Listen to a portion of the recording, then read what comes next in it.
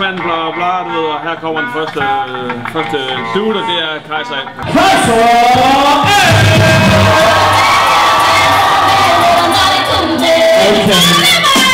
Dagens mand er et nyt koncept, hvor vi har en røvfuld rapper, og så har vi en kvindepanel bestående af en røvfuld piger, går op på scenen, som i stedet for en bosser har et skilt med en rød og en grøn, eller efter de tændt eller slukket. Altså det er en alternativ bosser. Jeg synes, at vi kan bosse ud. Og så får hver rapper 2 runder. 8 bars til at imponere den her pige i første runde. Det emne, som jeg helst ikke vil have. Men emne, jeg hader, for eksempel Pia Kjærsgaard. Og grunden til, at jeg hader det, er, at jeg har haft det 1000 gange. Så generelt emner, jeg har haft mange gange. Eller platte emner, pik, fisse. Fisse! Fisse! Fisse! Det er det. Fisse, fisse, fisse, fisse. Fisse, fisse, fisse, fisse. Noget, hvor der ikke er særlig meget at tage af.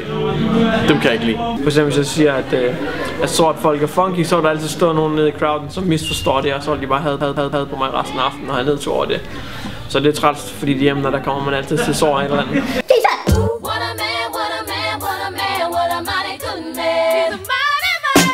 Jeg sidder og roder med Dagens Mand beat. Det skal ligge op af originalen, som bliver brugt til Dagens Mand. Jeg vil bare bruge originalen, så de kan rappe over, og så prøver jeg så at lave et nyt beat ud af det, som kommer til at blive lidt mere fresh.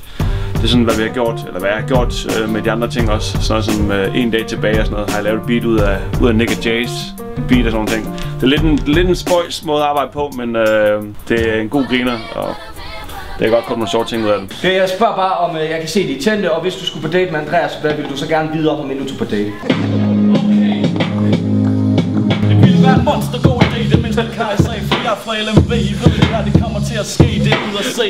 Hvad så der, bitch? Vil du gerne have min kæmpe uvaskede jyske tyske kok op i måsen lige fra dåsen? Jeg vil sgu godt. Jeg er nede med det shit. Men der fuck me like I'm... Okay. Ja. Præcis, men så vi spørger, hvorfor han skal vælge dig, og der får du et snap, også bare lov til at sige 3 linjer. Jeg hedder Lise, og du skal vælge mig, fordi Jeg er sådan helt abnorm. jeg er nemlig i gøjler nu, og jeg elsker din skovmandskab. Okay, hvad siger den anden? Ja, hvad skal du spørge hende om?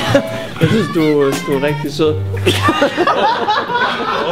Men i Dagens Mand er det modsat blind date pigerne, der har det længste strå, fordi de til sidst skal vælge, om de er tændte eller ikke tændte. En rapper kan godt gå fra en runde, og uden at have scoret en eneste pige. Det kunne man ikke blind date.